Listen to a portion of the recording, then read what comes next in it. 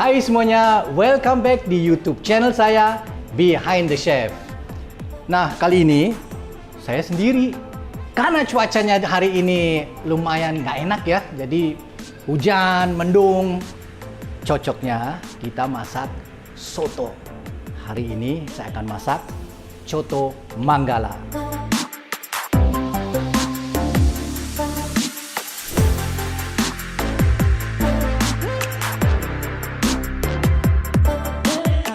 Untuk bumbunya saya ada bawang merah dan bawang putih ya. Kemudian ini saya ada biji pala yang sudah dibubuk ya. Kemudian kita ada kayu manis. Lalu yang membuat coto Manggala unik adalah kita menggunakan singkong ya, bukan kentang tapi singkong. Nah, karena saya hari ini bikin coto yang agak simple, saya tidak menggunakan kaldu, tapi saya menggunakan air putih saja.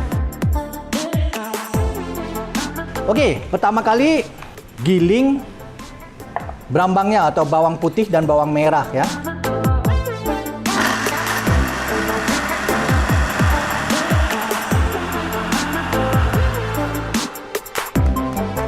Karena ini soto, jadi saya buatnya lebih halus pas nanti kita masak biar bumbunya benar-benar ngilang di dalam kaldunya ya. Oke, sekarang kita tumis dulu ya. Jadi bawang merah dan bawang putih sudah kita giling, lalu kita tumis pakai minyak sedikit, lalu kita tambah dengan biji pala sama kayu manis. Foto pancinya. Kasih minyak sedikit. Kalau seandainya kalian menggiling tadi bawangnya dengan minyak juga bisa. Jadi nggak selalu harus pakai air. Ya, ini saya langsung masukin bumbunya.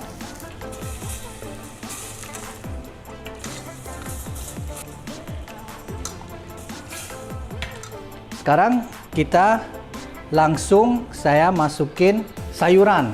Maksudnya di sini saya ada singkong dan wortel karena ini keras dan butuh waktu yang agak lama untuk masak. Kita masukin di awalnya ya. Masukin sekarang singkongnya sama wortelnya.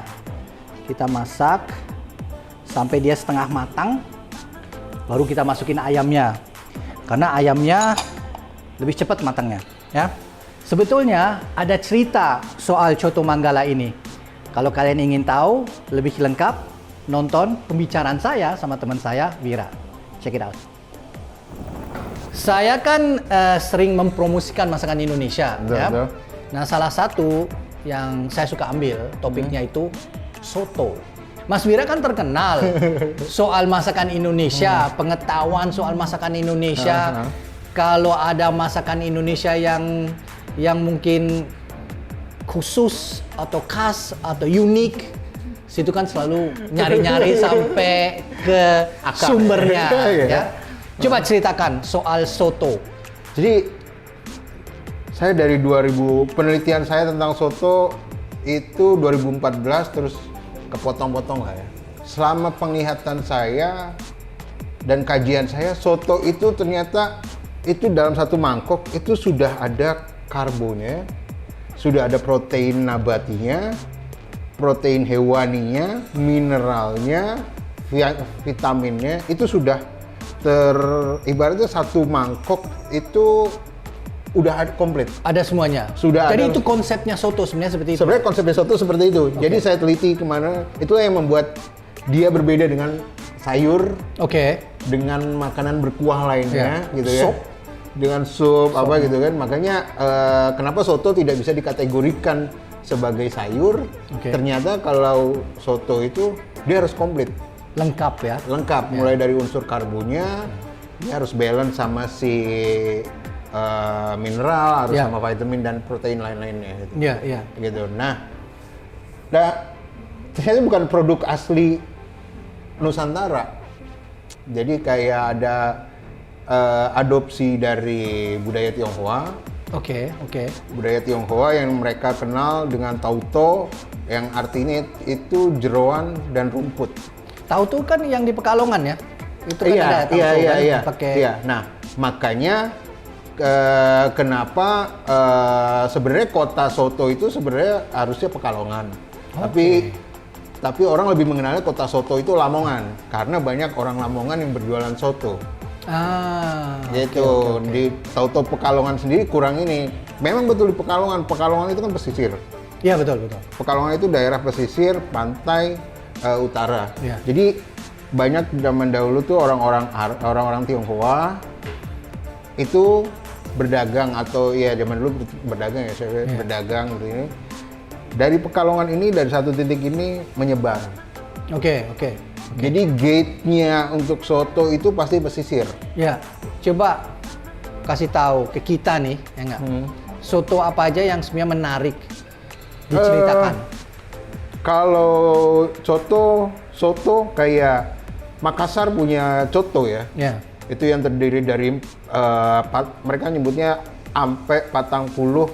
Untuk bumbunya itu ada yang bilang terdiri dari 40 jenis rempah-rempah dan bumbu untuk mengolah itunya saja. Mengolah si stoknya itu 40 jenis bumbu. Dan buat saya itu mau dibilang rumit, mungkin karena beda budaya ya. Kita nggak terbiasa. Jadi buat saya itu amazing. Jadi memang amazing. Semakin banyak bumbu, wah. Memang nggak sembarangan bisa ngebuat itu kalau ini, karena untuk 40 jenis bumbu aja. Ya. Wow, jadi. Saya pikir sebagai chef ya, kalau udah sangat banget. Kalau kita ngomongin 40 macam bumbu ya atau rempah-rempah ya, supaya itu mendapatkan balance-nya di situ ya, satu keduanya supaya balance-nya itu enak, seimbang, tidak satu lebih kuat dari yang lain ya. Satu, kemudian cara masaknya juga ya enggak. Berapa lama harus masaknya supaya benar semua rempah-rempah itu mengeluarkan aroma masing-masing ya dan cita rasa masing-masing. Saya pikir itu sangat susah, membutuh pengalaman. Iya, kalau kita seorang chef, kalau kita cuma masak soto itu akan jadi titik boring. Maksudnya karena udah pernah ya gitu. Jadi challenge-nya kita sebagai seorang chef kan, kita harus bisa nih yang kayak gini nih. Gitu. Itu yang buat saya salah satunya soto yang teramazing. Yang kedua tuh ada. Jadi Makassar ya tadi ya. Dari Coto Makassar ya. Betul. Itu kan ininya juga kacang ya. Ininya base-nya ada kacang juga iya, kan. Kacang. Itu kan dia malah penamaan sotonya itu coto itu karena aksennya Jepang mengikuti Indonesia. Jadi gitu. Mereka menggunakan nama coto itu karena aksennya Jepang menyebut makanan itu. Bukannya soto. Coto nih. Gitu. Nah, satu lagi ada di Pangkalan Bun. Ya. Itu namanya coto Manggala. Jadi mangga itu soto singkong. Jadi mostly kalau kita kan soto kalau Pulau Jawa kentang. Ya betul. Gitu kan? Kentang entah diperkedel, jadi karbonya ya. Gitu. Nah, kalau di Pangkalan Bun dia pakai singkong. Singkong ya. Orang lebih mengenalnya soto singkong. Kalau lihat dari sejarah ya itu lebih Indonesia lagi dibanding kentang. Kentang kan dari luar kan katanya, ya kan? Iya. Lebih duluan singkong kalau lihat kita dari sejarah, jadi mungkin lebih asli lagi kalau kita memang pakai itu singkong. Iya. Kayak Kudus itu sotonya harus soto kerbau. Iya betul. Harus karena ada unsur agamanya kan. Betul.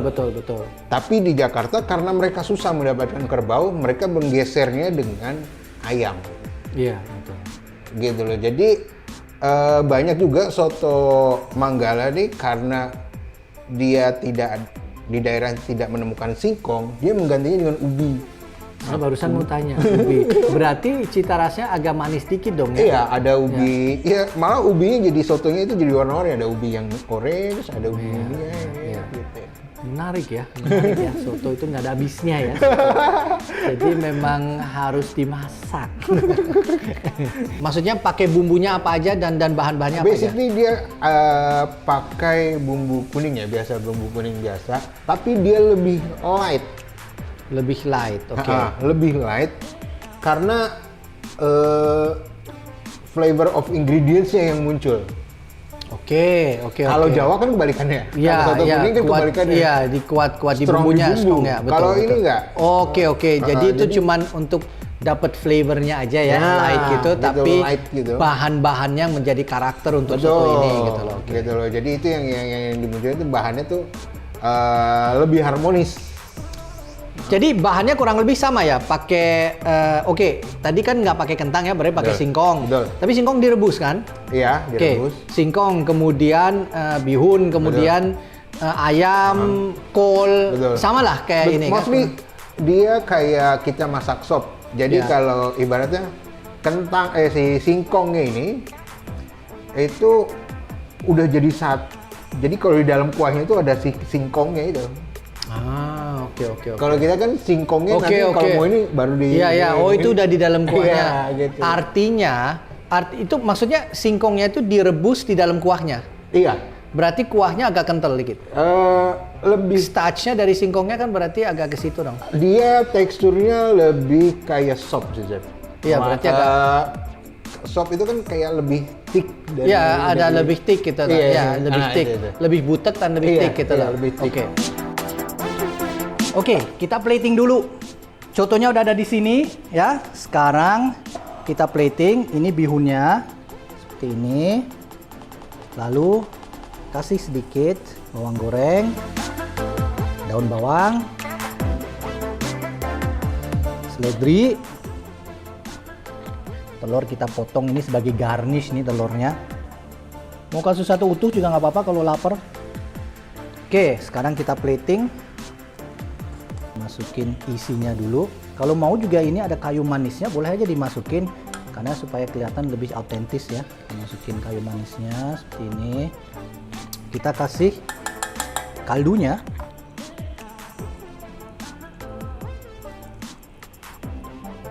Nah, seperti ini ya. Telurnya kita plating, masukin telurnya. Bawang goreng, daun bawang, seledri. Ini dia Soto Manggala ala Chef Degan.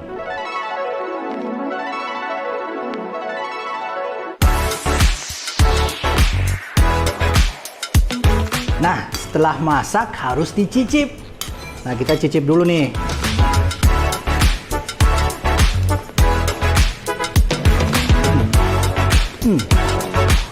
Nah, yang membuat ini unik adalah singkongnya.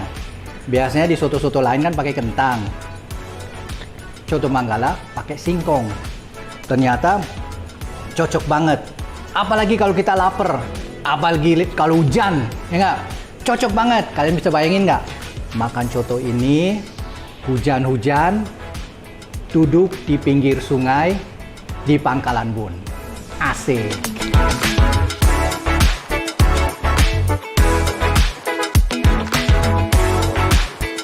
Nah, bisa langsung bikin di rumah. Nextnya, kalian mau saya bikin soto apa lagi? Komen di bawah. Saya Chef Degan, I'm out.